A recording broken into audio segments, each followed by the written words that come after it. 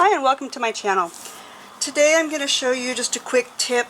It's not 100% guarantee on doing it all the time, and it's not 100% fixed. It's just a little tip to save a project if it happened to you and you're just like, oh, I don't want to do it again, or you're able to save it and keep it for yourself and make it look half decent. So what's happened is my design on vinyl, it started to bulk up a little bit. You can see that it's all ripply. It's not flat, like these were more flat. This one's a little, they call it buckling. So it's ripply, it's where there's a lot of stitches and it's pulled your vinyl. I happened on this design to use 3 layers of stabilizer, and I took it off ahead of time so you don't have to watch me take that off. So some designs do need 2 to 3 layers of a good tearaway stabilizer to help it as well. So before I put my back piece on, I want to flatten it a little bit, and this is how I do it. So I have my lighter, just a basic lighter, and I turn it to the back side, and what I'm going to do, trying to get this on video for you, what I'm going to do is I'm going to, I do have a flat table, so this is my flat table here. You can use your cutting table. This happens to be one of my table with my 10 needle machine. So you take the back side and your lighter, and you're not going to hold it, you're just going to, wave it on there to heat it up a little bit. So you're going to do a little bit of heating up of the vinyl. You don't want to keep it in one spot, you don't want to burn it. You're just warming it up a little bit to get it pliable. So I heat it up a little bit, which is fine to do the threads. It kind of balls the threads up and keeps them. So I heat it up a little bit. I'm going to lay it down real quick on my cold, and I'm going to put my palm. It's going to be a little warm, so be careful.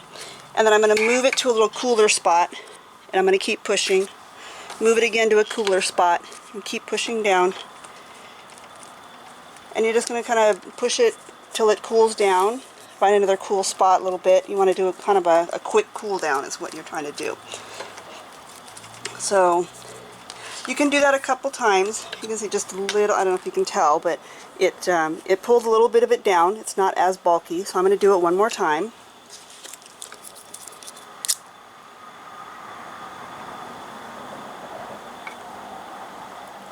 You heat it up just a little bit, keep it warm. It doesn't have to be really hot, but just warm enough. And I've got 3 layers of stabilizer and stitching, so that's why I'm holding it a little bit longer. But you're going to wave it along.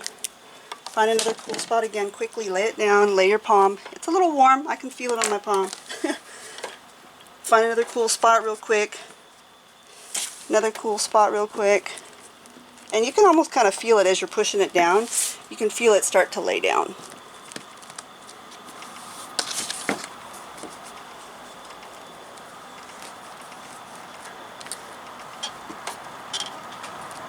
So that was about 2 tries, and it's a lot better than it was. It's not 100%, but it did pull some of that bulk or the buckling down a little bit. So it's kind of to help to save it a little bit so you don't have to throw the project away. And then what I'm going to do is go ahead and add my backing, and I use a tacky spray to help it. I know some people are cringing.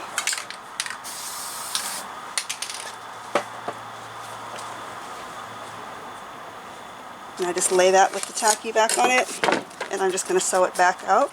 And as you have the tacky helps lay it flat as well than just plain tape. So that tacky is kind of, if you can see, it kind of pulled it down. So it's pulling it down to lay flat. This one's not as bad. It has just a little bit, you can see it. If you wait a little bit, it kind of stretches back. But here's a little tip on how to get that again to go down. I'm going to show it to you again. This is the second one, so I've showed you before. I'm going to take off my stabilizer, and this is before I add my back piece. So this is before I add my back vinyl. You take a lighter. Let's see if I can show you. I happen to have a table on my machine here, so if you don't have it, go ahead and go to your cutting table where there's a flat surface. You need a full flat surface to lay this down on, and you want it kind of cool as well. So I'm going to take the lighter and wave it across, and what this is doing is just heating it up a little bit. You don't want it super hot, but you want it heated up just a little bit, which is fine. It's not going to melt much. You just keep it moving just to get it warm. And then you're going to lay it flat on the cool surface and lay your hand flat and push it down and hold it. Move to a little cooler spot, push down, kind of hold it. Find another cool spot. I'm going out of screen here. And just push down until it cools down. And not sure if you can tell, but it did go down a little bit, so it's almost flat again. So that's a little tip on how to get it to go down, is to use the lighter. I should have used one more piece of stabilizer, which made it 3 layers, but I ended up only floating 1, so that's how it got it buckled a little bit.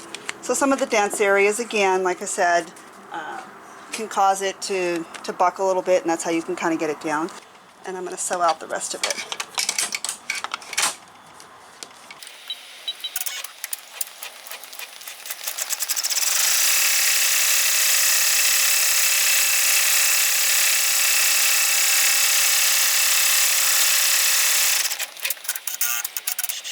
There we go, the final. And also a tip is to turn down the speed a little bit when you're doing a lot of bulk.